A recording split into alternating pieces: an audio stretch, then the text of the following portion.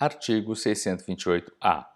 Fica instituído o domicílio eletrônico trabalhista, regulamentado pela Secretaria Especial da Previdência e Trabalho do Ministério da Economia, destinado a: inciso 1, cientificar o empregador de quaisquer atos administrativos, ações fiscais, intimações e avisos em geral. Inciso 2, receber por parte do empregador documentação eletrônica exigida no curso das ações fiscais ou apresentação de defesa e recurso no âmbito de processos administrativos. Parágrafo 1º. As comunicações eletrônicas realizadas pelo domicílio eletrônico trabalhista dispensam a sua publicação no Diário Oficial da União e o envio por via postal e são consideradas pessoais para todos os efeitos legais. Parágrafo 2º. A ciência, por meio do sistema de comunicação eletrônica, com utilização de certificação digital ou de código de acesso, possuirá os requisitos de validade. Parágrafo 3º. A utilização do sistema de comunicação eletrônica previsto no caput é obrigatória para todos os empregadores, conforme estabelecido em ato da Secretaria Especial de Previdência e Trabalho do Ministério da Economia, garantidos prazos diferenciados para as microempresas e as empresas de pequeno porte. Parágrafo 4º. O empregador deverá consultar o sistema de comunicação eletrônica no prazo de até 10 dias, contado da data de notificação por correio eletrônico cadastrado. Parágrafo 5º. Encerrado o prazo a que se refere o parágrafo 4º, considera-se automaticamente que a comunicação eletrônica foi realizada. Parágrafo 6º. A comunicação eletrônica a que se refere o caput em relação ao empregador doméstico ocorrerá por meio da utilização de sistema eletrônico na forma prevista no artigo 32 da Lei Complementar nº 150. Parágrafo 7º. A comunicação eletrônica a que se refere o caput não afasta a possibilidade de utilização de outros meios legais de comunicação com o empregador, a serem utilizados a critério da autoridade competente. Artigo 629. O auto de infração será lavrado no curso da ação fiscal, sendo uma via entregue ao infrator, preferencialmente em meio eletrônico, pessoalmente mediante recibo ou, excepcionalmente, por via postal. Parágrafo 1º. O auto de infração não terá o seu valor probante condicionado à assinatura do infrator ou de testemunhas. Parágrafo 2º. Lavrado o auto de infração, não poderá ele ser inutilizado, nem sustado o curso do respectivo processo, devendo o auditor fiscal do trabalho apresentá-lo à autoridade competente, mesmo se incidir em erro. Parágrafo 3º. O prazo para apresentação de defesa será de 30 dias, inclusive para a União, os Estados, o Distrito Federal, os municípios e as suas autarquias e fundações de direito público, contado da data de recebimento do auto de infração. Parágrafo 4º.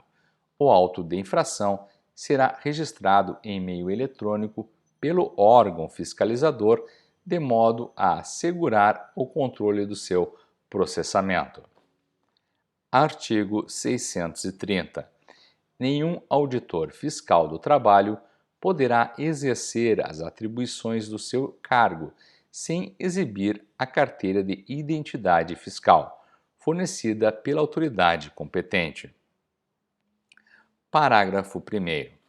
É proibida a outorga de identidade fiscal a quem não esteja autorizado, em razão do cargo ou função, a exercer ou praticar, no âmbito da legislação trabalhista, atos de fiscalização. Parágrafo 2º. A credencial a que se refere este artigo deverá ser devolvida para inutilização sob as penas da lei em casos de provimentos em outro cargo público, exoneração ou demissão, bem como nos de licenciamento por prazo superior a 60 dias e de suspensão do exercício do cargo. Parágrafo 3º. Os auditores fiscais do trabalho terão livre acesso a todas as dependências dos estabelecimentos sujeitos à legislação trabalhista, hipótese em que as empresas, por meio de seus dirigentes ou prepostos, ficarão obrigadas a prestar-lhes os esclarecimentos necessários ao desempenho de suas atribuições legais e a exibirem, quando exigidos, quaisquer documentos que digam respeito ao fiel cumprimento das normas de proteção ao trabalho. Parágrafo 4º. Os documentos sujeitos à inspeção poderão ser apresentados nos locais de trabalho ou, alternativamente, em meio eletrônico ou ainda em meio físico, em dia e hora previamente estabelecidos pelo auditor fiscal do trabalho. Parágrafo 4º-A. As ações de inspeção, exceto se houver disposição legal em contrário, que necessitem de atestados, certidões ou outros documentos comprobatórios do cumprimento de obrigações trabalhistas que constem em base de dados oficial da Administração Pública Federal, deverão obtê-los diretamente nas bases geridas pela entidade responsável e não poderão exigi-los do empregador ou do empregado. Parágrafo 5º. No território do exercício de sua função, o agente da inspeção gozará de passe livre nas empresas de transporte públicas ou privadas, mediante a apresentação da carteira de identidade fiscal. Parágrafo 6º. A inobservância do disposto nos parágrafos 3º, 4º e 5º configurará resistência ou embaraço à fiscalização e justificará a lavratura do respectivo auto de infração, combinada a multa de valor igual a meio salário mínimo regional até 5 vezes esse salário, levando-se em conta, além das circunstâncias atenuantes ou agravantes, a situação econômico-financeira do infrator e os meios a seu alcance para cumprir a lei. Parágrafo 7º. Para o efeito do disposto no parágrafo 5º, a autoridade competente divulgará em janeiro e julho de cada ano a relação dos agentes da inspeção titulares da carteira de identidade fiscal. Parágrafo 8º. As autoridades policiais, quando solicitadas, deverão prestar aos auditores fiscais do trabalho a assistência de que necessitarem para o fiel cumprimento das suas atribuições legais. Artigo 631. Qualquer cidadão, entidade ou agente público poderá comunicar à autoridade trabalhista as infrações que verificar, devendo esta proceder às apurações necessárias.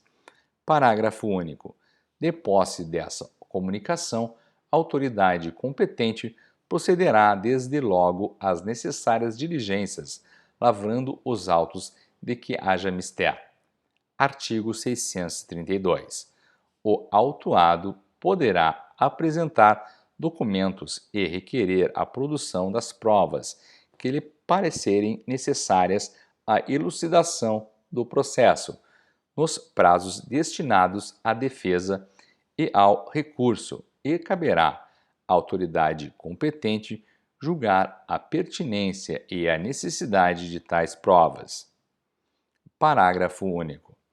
Fica dispensado o reconhecimento de firma e a autenticação de cópia dos documentos expedidos no país e destinados a compor prova junto a órgãos e entidades do Poder Executivo Federal, exceto se existir dúvida fundamentada quanto à sua autenticidade.